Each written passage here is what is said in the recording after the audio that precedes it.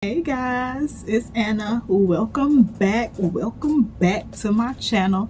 Now listen, for those of you that do watch me, all 97 of you, hey y'all, I've been gone for a minute and I've had a lot going on as far as my job, as far as my health. Nothing tumultuous, but stuff, and I couldn't put my energy here. But I'll show back, y'all. This is Love After Lockup, Life After Lockup, Season 6, Episode 1. And y'all, it's a mess already. Like, I thoroughly enjoyed this episode. Doing a lot of talking to the screen. Anytime I'm talking to the screen too much, you know I liked it. I'm engaged. I'm paying attention. So let's just get into it. The episode is called Can't Stop Destiny. Child, by the end of this episode, I was cackling that's what they named this episode. So let's just start off with what I feel like is fake. Brittany and Marcelino, like, why are we still doing this?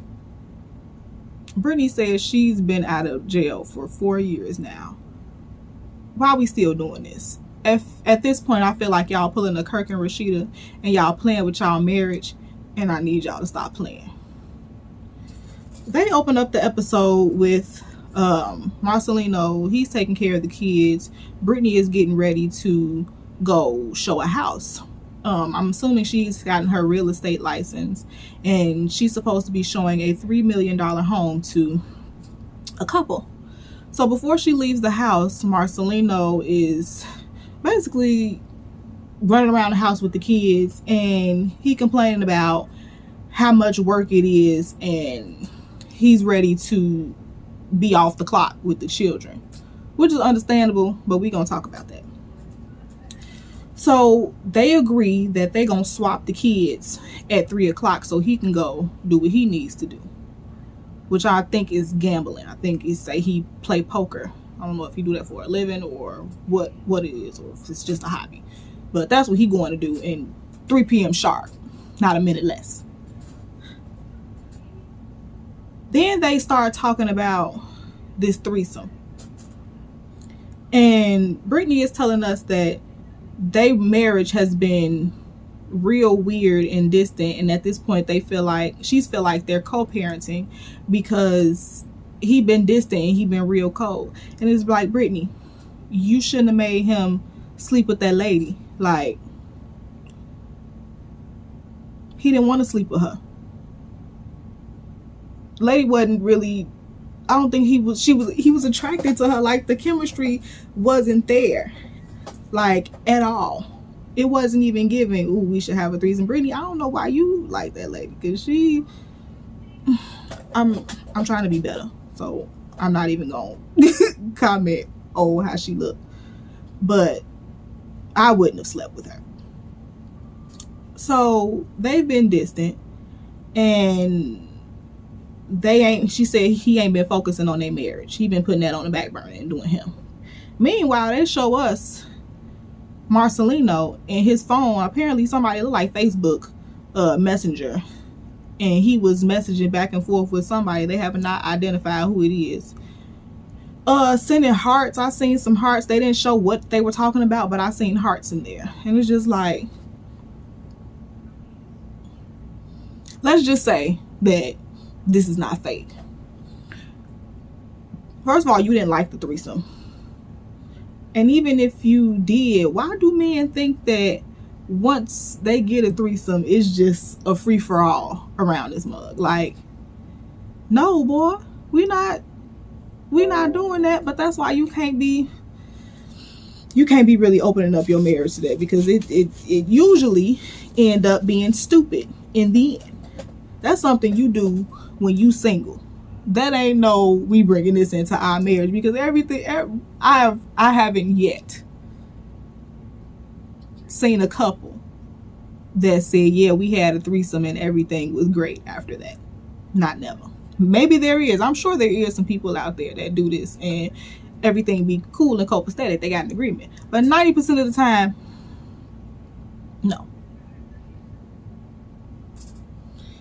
You shouldn't have had him screw that lady, and you know he ain't want to screw that lady. So fast forward to her at the showing. Now her business partner tell her before we even get in the door, hey, put your phone on silent. We cannot be, this ain't that. We can't be interrupting this meeting, and you really got to sell the place. So they coming towards the end of the showing, and Marcelino is blowing up her phone, and my mind is like, why didn't she just ignore it? Because the showing was almost over. It looked like y'all was about wrapping up. So you could have had him wait. But she ended up answering the phone. He like, yo, I'm outside. So she like, can you like give me a second? But as she's saying that, she's still walking to the car. And I'm just like, girl, you could have avoided all of this, but whatever. So he like, hey, I'm finna go. And she like, Merce, I'm not done. And he like, yeah, but just like how you had plans, I got plans too. And it's just like, but this is not considered plans, sir. That's why this seemed fake to me, because what are y'all doing? That don't even make sense. If I'm out here working, you not finna never just be like, all right, here go the kids because I have plans. I don't think he understands the difference between plans and working. Because to me, she's working. She's trying to sell a $3 million home, and she said what the profit she was gonna make. I don't remember the number that she said, but y'all was gonna make some money. So what this is giving forced. It's giving. I want to fast forward through their scenes because I don't really care. I've never really cared for Brittany and Marcelino. Like, they cool, but I feel like their storyline should have been wrapped up by now. But moving on. Lindsay and Deontay. Yeah. Deontay. And crazy ass Lindsay from 2 seasons ago. She was with Sean, the guy that had that, like, it was something going on with his lip. It was swole. Like, this whole thing would be swole. She's crazy. She's the one that carved FU into his desk while she was on the phone with her friend talking about, do you think he can call the police on me for carving F off in his desk? Yeah. It's property damage. And that's exactly what he did. She caused $1,500 worth of damage in this man's house.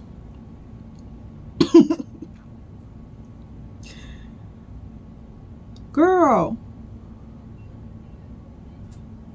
Not only that, she tells us that he sent her ha-ha letters for a week until she blocked him. And then after that, he started sending her ha-ha letters via MoneyGram, but he was sending her pennies. She tells us that it takes $10 to send a penny through MoneyGram, and I'm just like, that's hilarious. That is so much of a F you, bitch, and I'll take whatever money I do still have. I'll pay $10 every week and give you a penny just to laugh at you. Ha ha, you're back in jail because you're a lunatic. That's funny as hell. Big ups to you. I think his name was Sean. I ain't mad at you. And then she like, thanks, Sean, you got me back locked up. And it's just like, yeah, bitch, because you was still out here doing dumb shit. She got locked up for felonious mischief. Never heard of that before. But apparently that's what she was doing. And they locked her up for 18 months. She needs to sit down. She done gained some weight. Look like she's not on drugs anymore. She looks healthy. She kind of favors them Cyrus girl. I was looking at her, I'm like, why she look like Miley Cyrus? Let me know if y'all think so. Or is it just me? It might be just me. But anyway. I don't know why Deontay is messing with her. Deontay got a problem. And I'm not finna do this foolishness with him this season. Because you was a whole fool on the last season with Nicole. But the only upside I feel like for Deontay in this is Lindsay might give you something. She don't want something after, because right now she don't want your money. But after she give you some,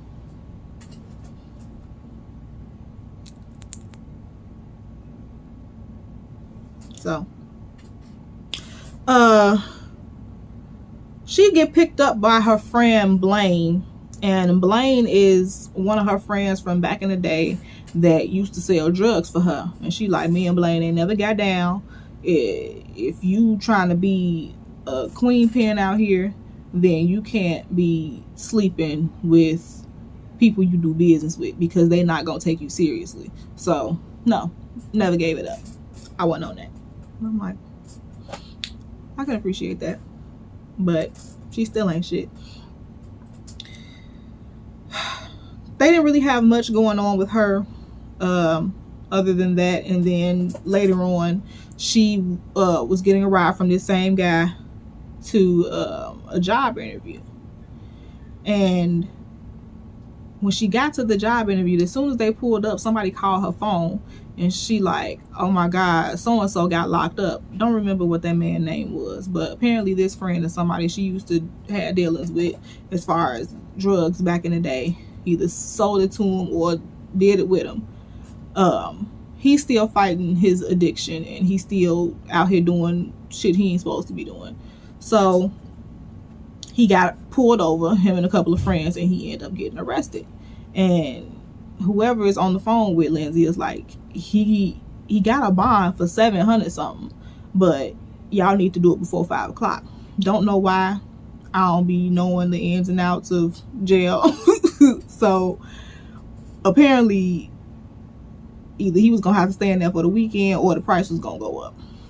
Either way, he had to be out before 5 o'clock. Do you know that this bitch said, forget the job interview, I'm gonna go and get him out of jail? And it's just like, no, he need to sit down for a little while, clearly, because he's still out here doing stupid stuff. Go on, let him sit down, and you need to get yourself together, because how you gonna help somebody you can't even help yourself? Talking about she still has some money left over from when she was doing drugs. Baby, you need to hold on to that, because you currently do not have a job. I don't know how much she has saved up, but money be going. Like, you don't got it like that, boo. I mean, yeah, WeTV is probably paying you. However, you still need to get your shit together. You're not gonna be on this show forever. So get your ducats in a row. Shout out to Bonnie Blue. I'm sorry, I be trying not to do that, I promise you. But when you watch these people so much, I watch them so much. I watch YouTube all day, every day. So I be wanting to use other people's phrases. Bonnie ain't the only one. There's a couple of other people too, because I be saying shout out to whoever said it. Sorry, y'all. I'm working on it. Anyway, Taylor and Chance. So we coming up off this engagement, and Chance is talking to Taylor about the engagement, and he already talking about, well, I hope you don't let nobody get in your ear and tell you, you know, make you change your mind. She's like, I'm not gonna change my mind. Like, I've already said yes. And then she decides she wants to go and tell Bobby.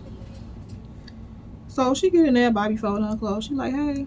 She's like, Chance proposed to me yesterday.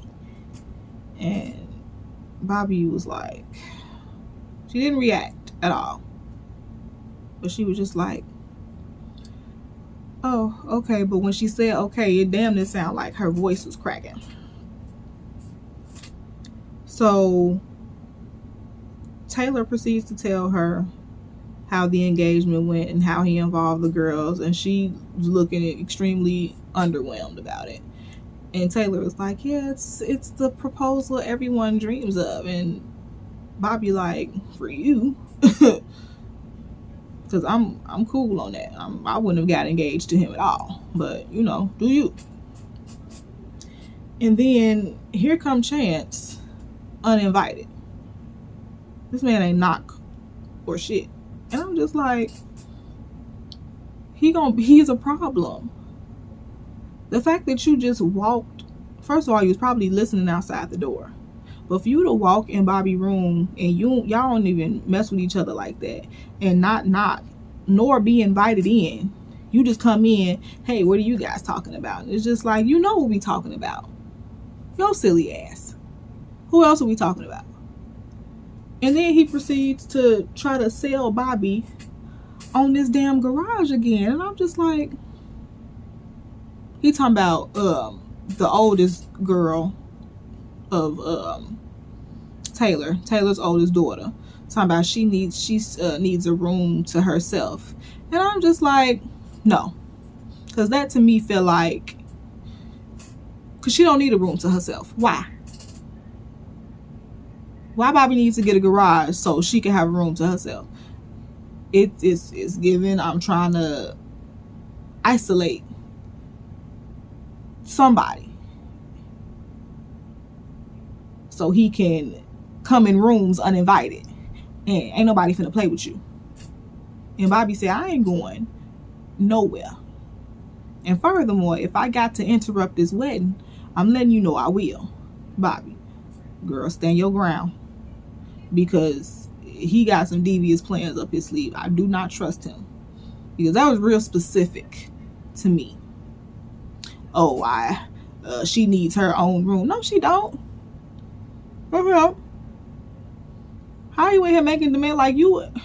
Then he tells Bobby, don't look at this as I'm doing this to you, but I'm doing this for you. Bro, you can't do nothing for me. Like, literally nothing. We are literally in the same boat. We both here because we got out of jail, and this is where we paroled to get our shit together. So what can you do for me that I can't do for myself? I'm cool. I don't need you to do shit for me, sir. Thank you. I don't know how many times I got to say get rid of them, but I feel like that's how I'm going to end them every time. Get rid of Chance, because I don't trust him. Even in before Taylor went to go talk to Bobby, he talking about, well, you already said yes, no takesy backsies. I'm just like, he's a weirdo. He's a weirdo, and that phrase right there shows he's already possessive, and he's going to be possessive. And I don't know if this is going to manifest into something as far as physical abuse or another type of abuse. But let's pray that it don't come to that. But I don't trust him. Something in my spirit is like, nope, I ain't with it. Chaz and Branwyn. So they show Branwyn going to her friend Tara's house. Branwyn has her construction license. Before she went to jail, she received that. So her friend paid her to come and do some work at her house. So she's trying to, help her friend out, which was dope. So, they start talking when they get there. It's Tara, and I can't recall the two other ladies that were there, but it was a lady with dark hair, and it was another blonde lady. Both her friends. So they sit down and talk, and they end up inquiring about Chaz, and she like, oh yeah, he's coming down here soon. And they like, oh yeah, we should take him out. We should take him to the strip club. You should give him a lap dance. This is what Tara was saying. And every time somebody mentions something sexual, or she in the midst of something sexual with Chaz, she cringe. Like, I can see it in her whole body language that she is not attracted to this man whatsoever. Like, at all. And then her friends are asking her, do you find him sexy? Like, she like, yeah, I find him cute and sexy, but he's just not aggressive enough. And it's just like, he's completely not your type. And you trying to fit into this box because you say that he has the same values that you want in a mate, and he was there for you throughout your time in jail, but you don't even like this man. You had a whole panic attack before you was finna have sex with him. So how do you expect to go live with him, and you're not gonna be happy at the end of it. And her friend Tara was trying to tell her that, like, you can get your life together here. I didn't agree with that, because Branwen feels like if she continues to stay in that environment that she used to get in trouble in, when you know where all the spots at, and where you used to do dirt at, when you used to sell drugs here or be over there, you remember having money here, like, when you end up going back to that environment, you end up going back to jail anyway. So she felt like, I need to get a clean slate, but at the same time, at the expense of you still ultimately not being happy, because that's still gonna lead you back to jail anyway. Because you ain't gonna do nothing but go down there to Kentucky with Chaz. You're not gonna be sleeping with him, and it's gonna get messy, and you're not gonna be happy. And then you're gonna start being rebellious and sneaking and doing shit. And that's where the drama is gonna come in. It's a sticky situation. Like, I hate this for you, Branwen, because it seemed like a lose-lose. However, I don't be feeling that bad for Branwen, because I feel like she's still fucking meth mouth her boyfriend, her ex-boyfriend Aaron. Because fast forward to when Chaz was about to have his show,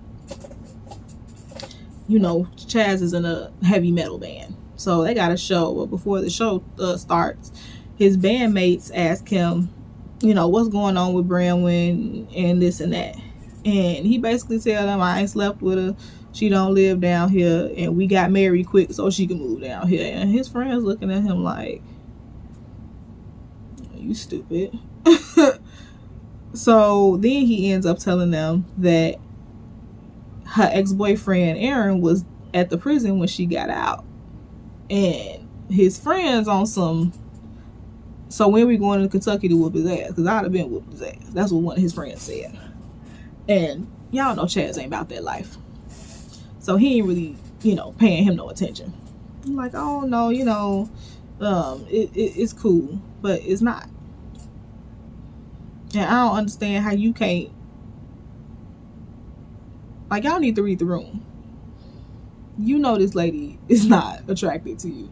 Like, if I'm finna have sex with somebody, like, I want to have sex with somebody, and before we do it, they have a panic attack. Like, I know psychologically other stuff can be going on, but that was from repulsion. Like, I know you can feel that. You can feel when somebody ain't feeling you like that. So, he basically say it's cool, and then the show is about to start. So he FaceTimes Branwen. First he asks her, is she working? She's like, yeah. So then he like, okay, I'm gonna call you back. So he calls her back, and his band is playing, you know, and they sound cool, I guess, for a heavy metal band. I always like electric guitar, so I think Chaz, you know, sound pretty good on his guitar. And, you know, Branwen is acting like she feeling it. She like, oh my God, yeah. And she, I mean, she wasn't doing too much, but I could see her like on the screen motioning like she was grooving. So then they end, and he picks up the screen and shows the screen to the crowd, and it don't sound like the crowd was making a whole bunch of noise. Like, the people in the front, and there was this weird guy. He looked possessed. Y'all seen that weird dude in the front that was talking to Chaz? He was just like, he was saying something to him. I'm just like, this feels, he's giving demon like. I don't like it. He looked like he on something. So Chaz puts the phone where he can't hear what Branwen is saying. Of course he can't hear anyway because it's loud where they are. And Branwen motions and said, hella weird, huh? Laughing kinda. And then she looked back at Aaron, and he like, And I'm just like, so you kikiing with your ex, with your about your husband, even though we know you don't like this man, but you are on camera. Do y'all not know that y'all being recorded? Everything, every shady thing you do, oh, they're gonna highlight it. Something that you didn't want to get out, oh, it's getting out. Absolutely. Child, a mess. This is gonna end. Chad's talking about, and it's not funny, but at this point, he's doing this to himself. I know he's picking women that are way out of his league, but he says that he can't believe that he's been divorced. What did he say, 5 times? I'm like, well, you best get ready for a 6th, because this is not gonna pan out well. I'm just trying to let you know now, boo. I'm sorry. Kevin and Tiffany. So Tiffany claims that their relationship is still good despite all of that stuff that happened, and they still looking for a 3rd so they can be a throuple. Tiffany says she basically, in so many words, want this girl. This girl is somebody he can mess around with, so at least she'll know who he doing stuff with, as opposed to him messing around with other girls. And I'm like, honey, that's dumb, because now he finna have 2 in-house cooches, and then bitches outside too. She's talking about, I don't know, whatever. I don't trust Kevin really. I don't know if he has anything in his back pocket or in his front pocket. And I'm like, sis, check both pockets, because there's something in both of them. Like, don't be delusional. So they go out, and I'm just trying to figure out why y'all just now talking about boundaries on this date. They go out to eat, and I guess they looking for women. How can y'all be looking for women but simultaneously setting boundaries right then? No, this is, if you gonna do this, do it properly. Y'all ain't even had no conversations on what is and isn't acceptable and how we even doing this. Why is that not a conversation before y'all start going out looking for bitches? Then they talking about, hey, we can take this bitch at this other table. And it's just like, no, y'all need to simmer down a second. Like, Tiffany, honey, why are you doing all this to satisfy this man? If you know he a fuck and he out here doing dirt, like, why do you want to involve another another woman in this catastrophe? Because he ain't finna do nothing but F both of y'all over. This is not finna deter him from messing with other women. You know why? Because he's still fucking Kayla. Yeah. Because apparently Kevin and Tiffany don't even live together. They laying in the bed. This is after they date. The next scene is they laying in the bed, and his phone blowing up. And Tiffany like, who is that? And Kevin like, oh no, it's just my homie. He talking about he want to go to the gym before work. And she like, oh, okay, yeah, all right. And she trying to grab the phone, but she not like overly forceful. She just really on some whatever type shit. So he put his phone, this Kayla, she done sent 5 text messages that they showed us, but the phone kept dinging. So she at least had sent 5 more after that. I'm just like, she's a damn cuckoo bird. So this is how I figured out they must not live together. But I thought she was paroled to his house, so I'm a little confused. Maybe she got paroled somewhere else. But he like, what you about to get into? And she like, oh, I'm about to get out of here. I'm about to get ready for work. But I thought I would just, stay here since it's closer. Which makes me feel like his house is closer than wherever you staying at. So, well, maybe she got an apartment at this point, but I'm not clear about the timeline. Anyway, that's neither here nor there. What was I saying?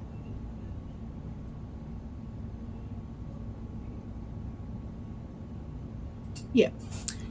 So Kevin like, okay, that, that's cool. I'm gonna give you a key. I want you to, trust that you can, come in whenever you feel like it. And I'm just like, you stupid. Because you very much still doing shit with Kayla. Unless you go into her crib and doing it. Because Kayla is under the impression, first of all, Kayla texted his phone. All the shit that she was texting was her sending him pictures of the Tinder account. Did I mention that? I did not mention that. When they came here from that date, I'm sorry, I totally missed this. Kevin and Tiffany made a Tinder account together. So basically, they trying to find women on this account. First of all, it's a great idea. Didn't know that you could do that, but I'm guessing there's other people out here that's looking for other people to fuck with as well. Anyway, I just thought that was interesting. She texts him all the pictures, and I don't think he ended up responding. He gave Tiffany the key. And I'm sorry, I'm losing my train of thought. I'm talking too much about other shit.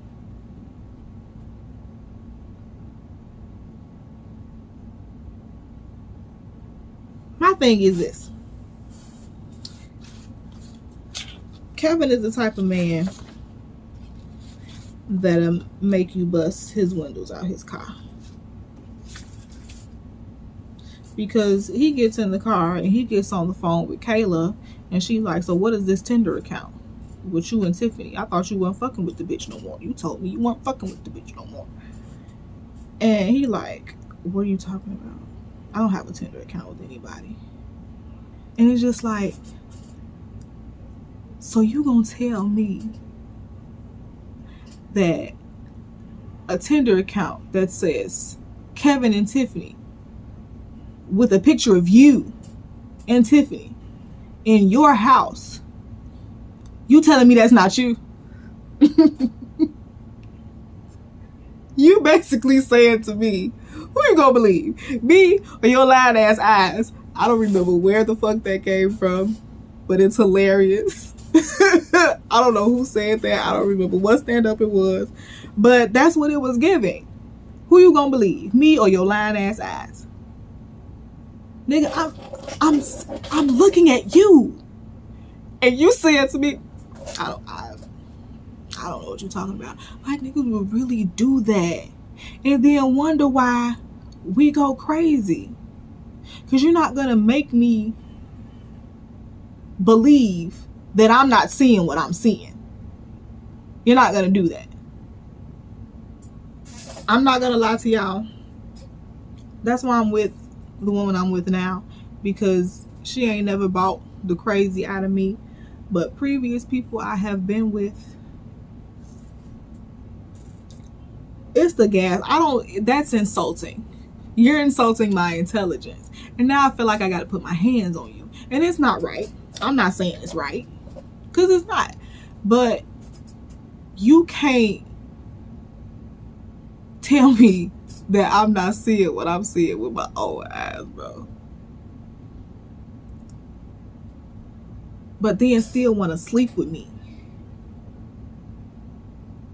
Like, are you kidding? I would have bust his head by now. Like, I don't... Because Tiffany talk all that shit. Tiffany. Kayla talk all that shit, but she ain't really about it. She just all mouth. Because I'd have been busting him in his face. I'm sorry. I don't even know if I can say that on here. But me and Kevin would have had physical altercations, because you're not gonna never play with me like that. That's why I can't be with nobody that bring that up out of me, because I know what's in there. I got the cuckoo. Sorry, but you're not gonna play with my intelligence. That's one thing that will have me irate. You're not gonna make me feel like I'm stupid, and I know I'm not stupid. He got to still be fucking this bitch every Sunday. He has to. Because that don't make sense. That she still calling your phone like this. You playing both sides, and you gonna get Kayla ass whooped. That's what you gonna do. You gonna get your ass whooped, and you're gonna get Kayla's ass whooped. And then that's what I was gonna say. As a man, that claim that he really F with me like that. Like, you're gonna lie and do whatever you want to do anyway. But if you really F with me to the point where you gave me a key to your house, you're not gonna never let no chick just run up on me blindsided. You're not. You should have told me, hey, look, I used to fuck this crazy, and she might pop up over here because she found our Tinder account. Because you're going to continue to sleep with Kayla anyway. You're going to continue to lie anyway. So why not tell your main chick, hey, this one over here is a cuckoo bird and she might come up over here. And why would you put me in that situation? You know I'm on paper. Why would you do that? I couldn't mess with Kevin because that be mentally, like, people think it's a game, but people will play with you so much that you will really feel like am I losing? I got to be losing my mind, because you're not. Sometimes you do second guess yourself, like, am I seeing? Because this motherfucker is really trying to tell me that I'm not seeing what I'm seeing. But no, that type of stuff will make you crazy. And I wouldn't play with Kevin. And he's talking about, I think that Tiffany planning on running off with the girl she trying to find us to, be in a throuple with. And, basically I'm on whatever she on, right? How you know she even on that? Like, you just thinking of reasons to do dirt already. I'm sick of Kevin. And somebody gonna do something to him. Better than me. Now y'all know we had to end it with these jackasses. These two make my ass itch. Sean and Sarah. Particularly Sean. Sarah is 5 months pregnant. And her and Sean are, in the process of getting married. They're going to see the venue. And as they're being shown around the venue, before we get to that, I'm sorry. The only people coming to this wedding from Sean's side is his oldest son, Brandon, and then his older niece and nephew. Did not write their names down. So they all meet up, and it's super awkward. It's super weird. Like, they do all the friendly shit, and then it gets quiet.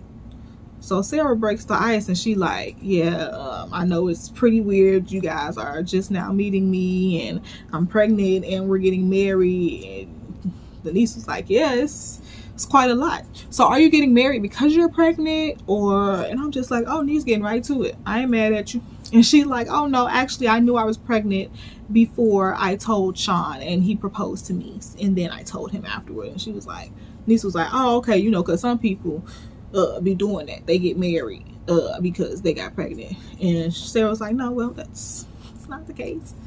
So what happened further down in that conversation, first of all, when they first got in the room, Sean gave his son this most awkward ass hug, and it seemed like the son really wanted to embrace him. First of all, Sean ain't seen any of his kids in 10 months. Since Sarah's been out of jail, he ain't seen his children. And then he ain't seen his son for 2 years. They say that it's because the son is in the military. So that's what they trying to claim why he ain't seen him. But I feel like even if that boy wasn't in the military, that still would have been the same timeline. You wouldn't have seen him in 2 years because you a lackluster ass father.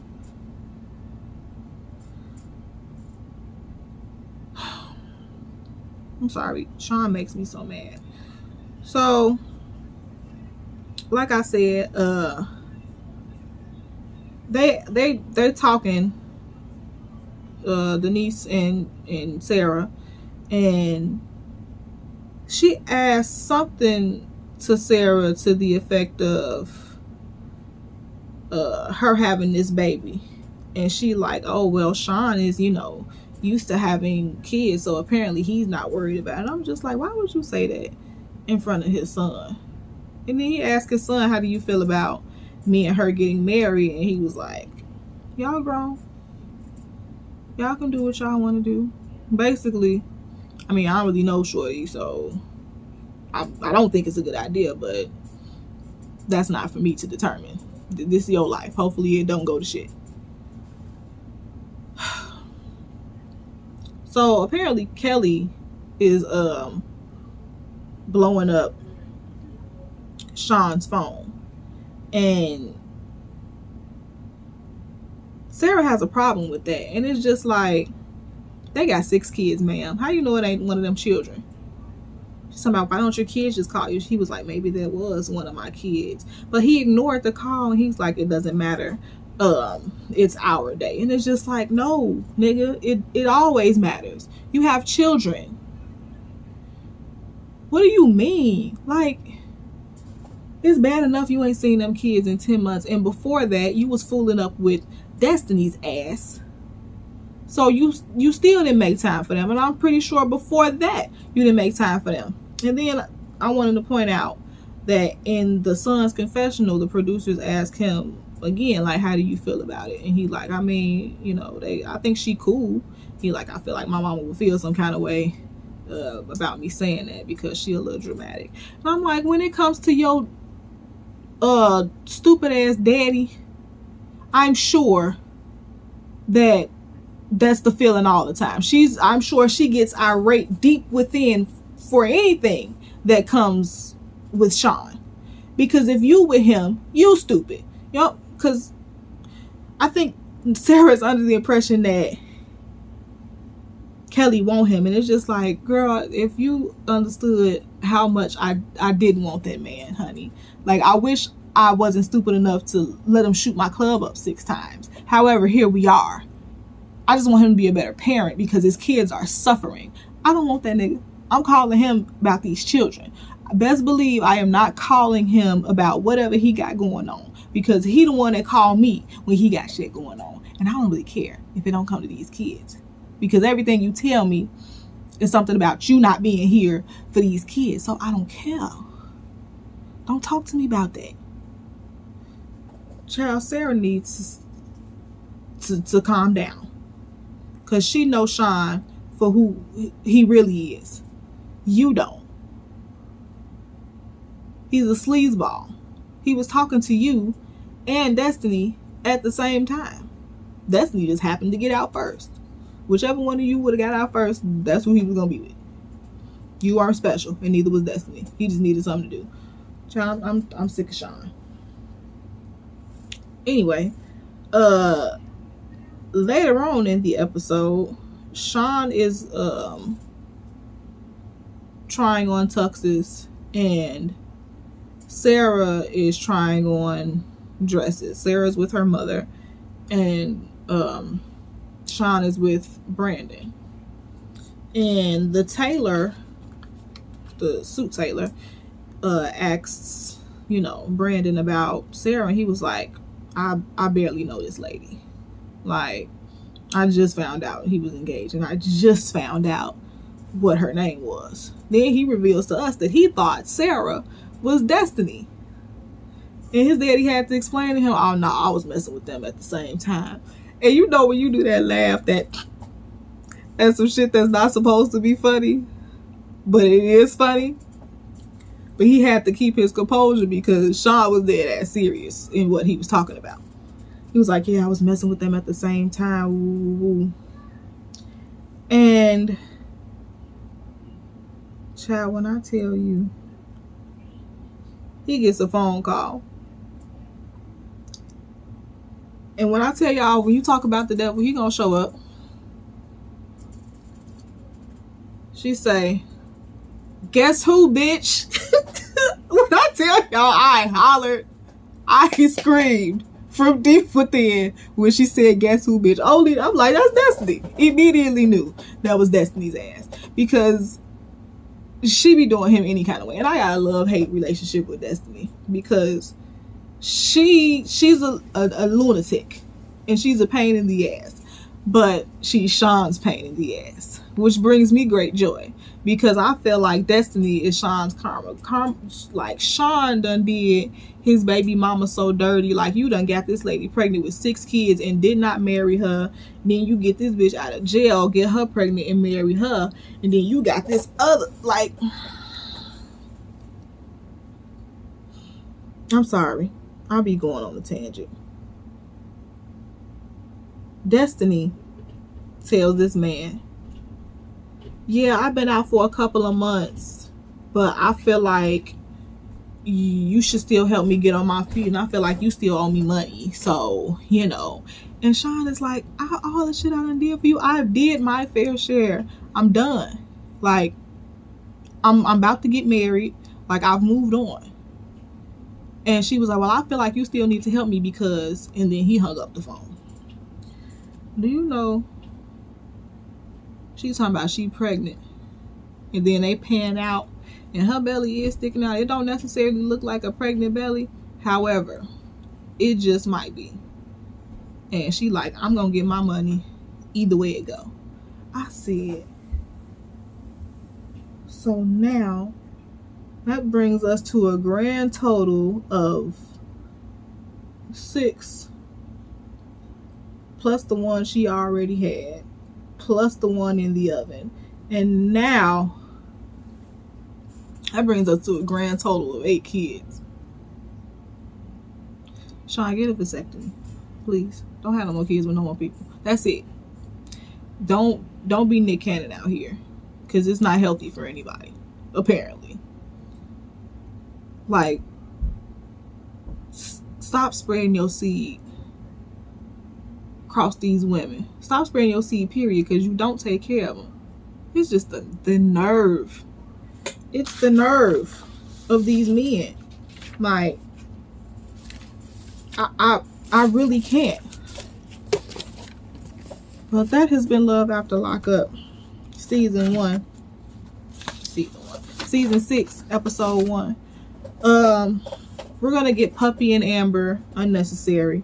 We're gonna get Brittany and Ray. I've been waiting on an update on her crazy ass. Who else we getting? I think that's the only 2 extra people we are getting, but this season look like it's gonna give, and I am very, very excited about it, and I'm gonna keep doing these, I promise. So please drop down in the comments and let me know what you thought about this episode and this review. Like, comment, and subscribe, and I will see y'all next week.